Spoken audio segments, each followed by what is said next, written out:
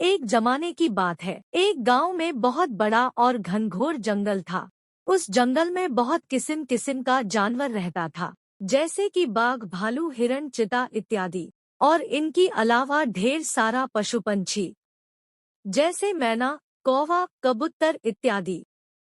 वो जंगल देखने में एकदम सुंदर था। उसी जंगल में एक गरीब ऋषि रहता था। ऋषि मेहनती और परिश्रमी था। वो ऋषि विष्णु भगवान के बहुत बड़े भक्त था। वो हर रोज अपनी दैनिक काम काज करने के बाद तपस्या करता था। एक दिन की बात है, ऋषि रोज के जैसे अपने काम काज करने के बाद तपस्या करने लगा। उस दिन वो तपस्या में इतने लीन हो गया कि उन्हें पता ही नहीं चला कि बरसों बीत चुका है। तपस्या करते करते भगवान विष्णु उनके तपस्या देख बहुत प्रसन्न हुआ और उन्हें दर्शन देने के लिए धरती लोक पर आए। भगवान विष्णु ने ऋषि को कहा, उठो भक्त, मैं तुम्हारी तपस्या देख बहुत प्रसन्न हुआ। अब आंखें खोलो भक्त। ऋषि ने आंखें खोला और देखा, भगवान स्वयं उनके आंखों के सामने। ये सब देख ऋषि को अपने आंखों पर विश्वास नहीं हो रहा था। ऋषि ने भगवान को दर्शन देने हेतु धन्यवाद दिया। भगवान ने कहा, बर मांगो भक्त, तुम्हें जो चाहिए मैं तुम्हें देने के लिए तैयार हूँ। ऋषि ने बोला, आपने दर्शन दिया, यही मेरे लिए बहुत बड़ी बात है।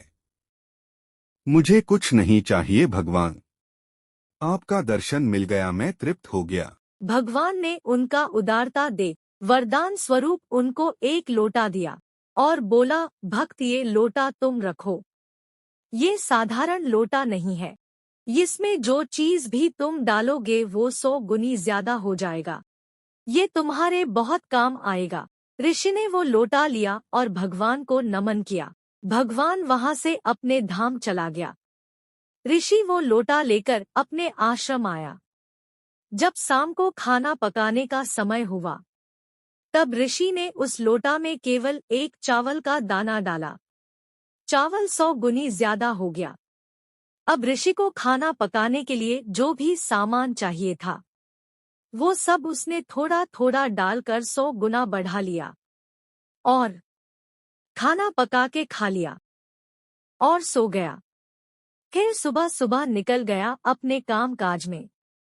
एक दिन ऋषि ने सोचा, क्यों ना मैं इस लोटा के मदद से गरीबों का भला करूं। न जाने कितने गरीब होगा जो बिना खाए दिन गुजारता होगा। ये सोचकर बाबाजी ने लोटा अपने झोली में डाला और निकल गया गांव की तरफ। कुछ देर चलने के बाद एक छोटे से गांव पहुंच गया। ऋषि ने उसी गांव में एक आश्रम बनाया और रहने लगा। एक दिन की बात है, ऋषि के द्वार पर एक भिखारी आया और उनसे कुछ अन्न मांगा। ऋषि ने भिखारी से कहा, अगर तुम मुझे जो भी वस्तु दोगे, मैं उनका 100 गुना तुम्हें वापस कर दूंगा। पहले तो भिखारी को लगा बाबाजी मजाक कर रहा है, फिर सोचा एक बार आजमाने में क्या जाता है। भिखारी ने बाबाजी को एक मुट्ठी चावल दिया। ऋषि घर के अंदर गया और लोटा में डाल दिया। चावल 100 गुनी ज्यादा हो गया। ऋषि ने बोला, ये सब चावल तुम्हारा हुआ, ले जाओ। भिखारी खुशी खुशी वहां से चला गया। दूसरे दिन वही भिखारी का दोस्त भिख मांगने आया। ऋषि ने उनसे भी पहले कुछ लिया और 100 गुनी ज्यादा करके वापस कर दिया। देखते ही देखते ये बातें पूरी गांव में फैल गया। हर रोज ऋषि के द्वार पर ढेर सारी भीड़ इकट्ठा हो जाता था। गांव वाले ऋषि को बाबाजी कहकर संबोधन करने लगा। धीरे धीरे उस गांव में सब लोग आलसी होने लगा। गांव के लोग काम धंधा छोड़ दिन भर मस्ती मजाक करता था। यहाँ तक कि वो लोग अपना पालतू जानवर को भी ध्यान नहीं देता था। गांव में पहले के जैसा कुछ भी नहीं हो रहा था। जैसे कि पाठ पूजा, खेती किसानी, पढ़ाई लिखाई सब छोड़ के दिन भर सोता रहता था, क्योंकि खाने पीने की कोई कमी नहीं होता था। जब भी किसी चीज की कमी होती थी, तब तुरंत बाबा जी के पास चले जाते थे। जब गांव की ये हालत बाबाजी ने देखा, उसको पश्चाताप होने लगा। उसने सोचा ऐसे करने से गांव की स्थिति बिल्कुल खराब हो जाएगा। इसलिए ऋषि ने एक दिन गांव वाले को अपने आश्रम में बुलाया।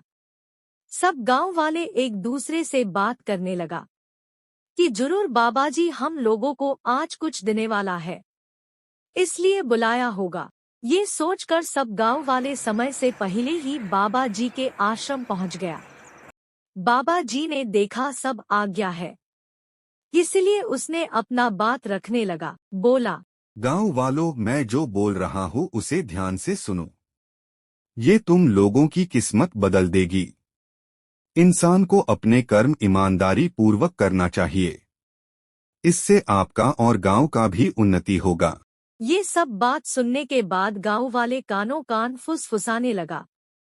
बोला, सोचा था कि बाबाजी कुछ बहुमूल्य चीज देगा, ये तो प्रवचन देने लगा। बाबाजी ने देखा गांव वाले उनके बात पे ध्यान नहीं दे रहा।